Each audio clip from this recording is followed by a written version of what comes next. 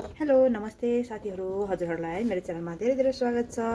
आज चाहिँ मैले यहाँ पोर्क लिएर आएको छु। यहाँ मजाले अब यसलाई म बनाउन जाँदैछु है। हजुरहरूलाई मैले कसरी बनाउँछु भनेर यसको रेसिपी देखाउन जाँदैछु, हेर्दै गर्नुहोला।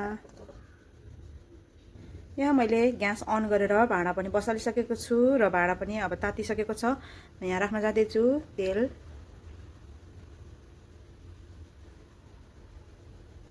अब चाहिँ हाम्रो तेल पनि तातिसकेको छ। म चाहिँ यहाँ अब थोरै यो मेथीलाई राख्न जाँदैछु।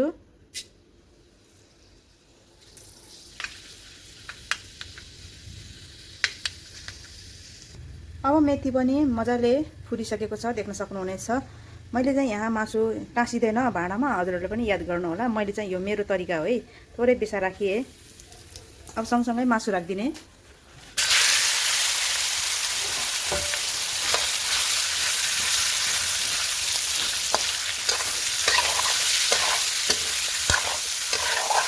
देख्न सक्नुहुनेछ, हामीले बेसा राख्दा चाहिँ यसरी मासु टाँसिँदैन है भाँडामा, इजिली यसरी यस्तो हुन्छ है साथीहरू। त्यो चाहिँ मेरो अनुभव है, मैले चाहिँ यसरी गर्दाखेरि यस्तो हुँदो रहेछ भनेर जानेको बुझेको कुराहरूलाई सुनाएको है।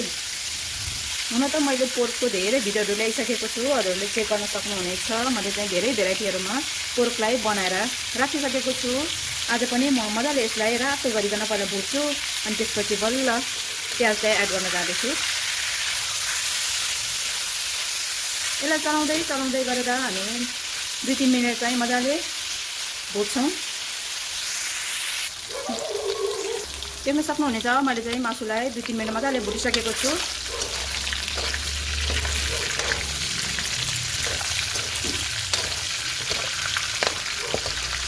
बोसो पनि निस्किएको छ यसबाट, धेरै नै बोसो निस्किएको छ। म यसलाई अलिकति निकाल्छु यसको यहाँबाट।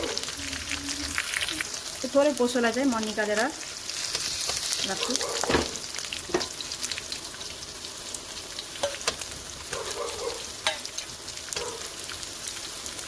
हजुरहरूलाई पनि थाहै छ, बोसो धेरै नै हुन्छ यो पोर्क भुट्दा चाहिँ यसरी निस्किन्छ है।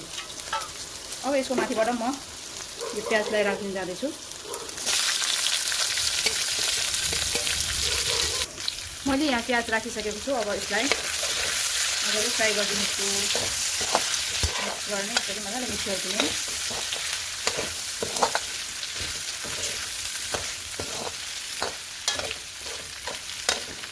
अब चाहिँ म यसलाई मजाले छोपिदिन्छु 2-3 मिनट।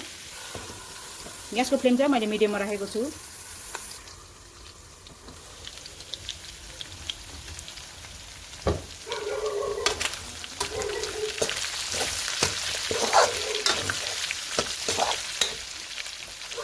अब चाहिँ मासु मजाले भुटिसकेको छ। म यहाँ राख्न जाँदैछु अब यो पिसेको यो लसुन अदुवा अनि जिरा धनियाँ खुर्सानी सबैलाई एकै ठाउँ पिसेर मैले यसरी लिएको छु। अब मजाले मिक्स गर्दैछु। आज चाहिँ मैले धेरै मजाले नै भुटिराखेको छु। रस नहालिकन म आज सुक्खा भुट्न जाँदैछु पोर्कलाई। अब यसको माथिबाट म यहाँ यो टमेटो पनि काटिराखेको छु मैले, यसलाई पनि राखिदिने।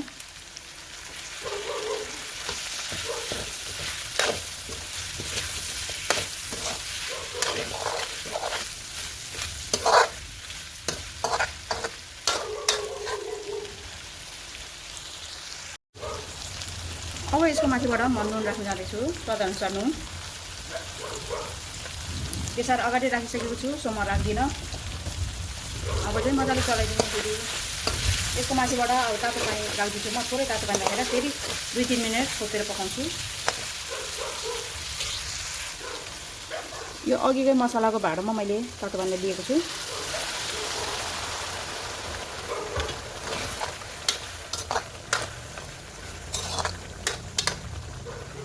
अब ग्यास ठुलो गरेर यसलाई चाहिँ एकछिन पाक्न दिने।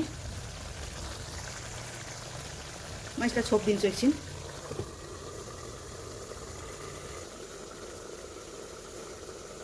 देख्न सक्नुहुनेछ, मजाले पाकिरहेको छ, उम्लिरहेको छ। बिचबिचमा यसरी एकछिन चलाएर पनि फेरि छोपिदिनु होला।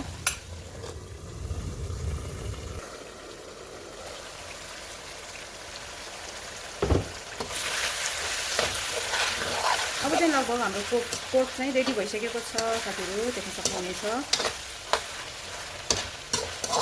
यसमा चाहिँ म अब रस हाल्दिनँ, यतिकै पाकिसक्यो। अब यो चाहिँ